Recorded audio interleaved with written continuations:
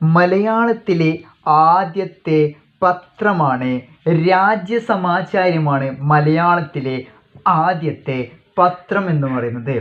അതായത് ഈ രാജ്യസമാചാര്യം എന്ന പത്രം ആരുടെയാണെന്ന് വെച്ചാൽ ഹെർമൻ ഗുണ്ടട്ട് 1847 സ്ഥാപിതമായത്. രാജ്യസമാചാരം പത്രം ആരംഭിച്ചത് ഹെർമൻ ഗുണ്ടട്ട്. കേരളത്തിൽ ആദ്യമായി നിരോധിച്ച പത്രം നല്ല സന്തോഷത്തോടെ വന്നു, സന്തോഷത്തോടെ അങ്ങ് നിരോധിച്ചു. അതാണ് ആ പത്രം സന്തുഷ്ടവാദിയായിരുന്നു. കേരളത്തിൽ നിലവിലുള്ളതും ഏറ്റവും പഴക്കമേറിയ പത്രമാണ് ദീപിക എന്ന് പറയുന്നത്. ഇനി അടുത്തതാണ് ഇന്ത്യൻ ഭരണഘടനയിൽ പത്രസ്വാതന്ത്ര്യത്തെ പറ്റി പ്രതിപാദിക്കുന്ന ആർട്ടിക്കിൾ ഏതാണ്? ആർട്ടിക്കിൾ 19(1)(a) ആണ്. ആർട്ടിക്കിൾ 19(1)(a) ആണ് ഇന്ത്യൻ ഭരണഘടനയിൽ പത്രസ്വാതന്ത്ര്യത്തെക്കുറിച്ച് പറയുന്നത്. ഇന്ത്യൻ പത്രത്തിൻ്റെ പിതാവ്, അതായത് ഇന്ത്യൻ പത്രത്തിൻ്റെ പിതാവാണ് ജെയിംസ് അഗസ്റ്റസ് ഹിക്കിയാണ്. ഹിക്കിയാണ് ഇന്ത്യൻ പത്രത്തിൻ്റെ പിതാവ്. ഏറ്റവും കൂടുതൽ ദിനപത്രം പുറത്തിറങ്ങുന്ന രാജ്യമാണ് നമ്മുടെ ഇന്ത്യ.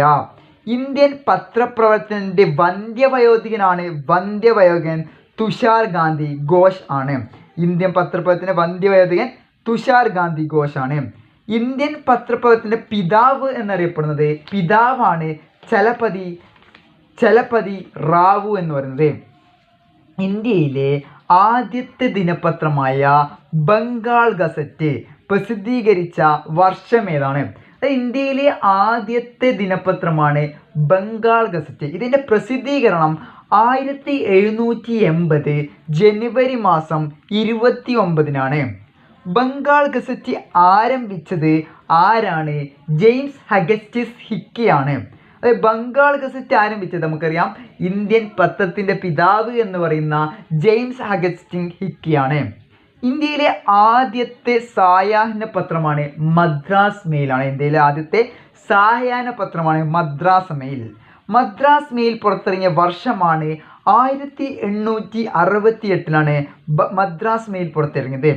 ബംഗാൾ ഗസറ്റ് പുറത്തിറങ്ങിയ സ്ഥലം കൽക്കത്തയിലാണ്. ബംഗാൾ ഗസറ്റ് പുറത്തിറങ്ങിയത് കൽക്കത്തയിലാണ്. നിലവിൽ പ്രസിദ്ധീകരിക്കുന്ന ഇന്ത്യയിലെ ഏറ്റവും പഴക്കമുള്ള ദിനപത്രമാണ് ബോംബെ സമാചാർ ആണ്. നിലവിൽ പ്രസിദ്ധീകരിക്കുന്ന ഇന്ത്യയിലെ ഏറ്റവും പഴക്കമുള്ള ദിനപത്രമാണ് ബോംബെ സമാചാർ ആണ്. ഇന്ത്യയിലെ ആദ്യത്തെ ന്യൂസ് പേപ്പറാണ് ഫിനാൻഷ്യൽ എക്സ്പ്രസ് ആണ്. ഇന്ത്യയിലെ ആദ്യത്തെ ന്യൂസ് പേപ്പറാണ് ഫിനാൻഷ്യൽ എക്സ്പ്രസ് ആണ്. ഏറ്റവും കൂടുതൽ ഭാഷകളിൽ ദിനപത്രം പുറത്തിറങ്ങുന്നത് എവിടെ? ഇന്ത്യയിൽ ഏറ്റവും കൂടുതൽ ഭാഷകളിൽ ദിനപത്രം എവിടെയാണ്? ന്യൂഡൽഹിയിലാണ്. കേരളത്തിലെ ആദ്യത്തെ റേഡിയോ നിലയം ആരംഭിച്ചത് എവിടെ?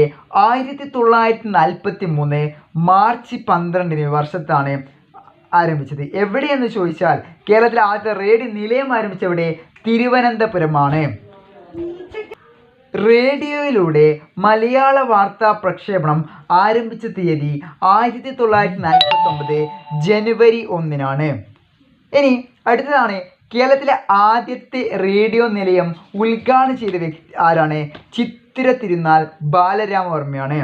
റേഡിയോയിലൂടെ ആദ്യമായി മലയാള വാർത്താ പ്രക്ഷേപണം ആരംഭിച്ച വർഷം അത് ചോദിക്കാൻ വന്നും കൂടി, അതായത് 1949 ജനുവരി 1-നാണ്.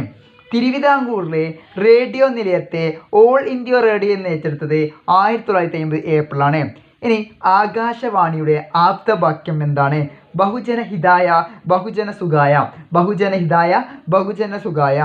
തിരുവനന്തപുരം റേഡിയോ നിലയത്തിൽ നിന്ന് മലയാള വാർത്താ പ്രക്ഷേപണം ആരംഭിച്ച വർഷം 1957-ലാണ്. തിരുവനന്തപുരം റേഡിയോ നിലയത്തിൽ നിന്ന് മലയാള വാർത്താ പ്രക്ഷേപണം ആരംഭിച്ച വർഷം 1957-ലാണ്. കേരളത്തിലെ ആദ്യത്തെ FM റേഡിയോ ആരംഭിച്ചത് എവിടെയാണ്? കൊച്ചിയിലാണ് കേരളത്തിലെ ആദ്യത്തെ FM റേഡിയോ ആരംഭിച്ചത്. കേരളത്തെ ആദ്യ സ്വകാര്യ FM ആണ് റേഡിയോ മാംഗോ ആണ്.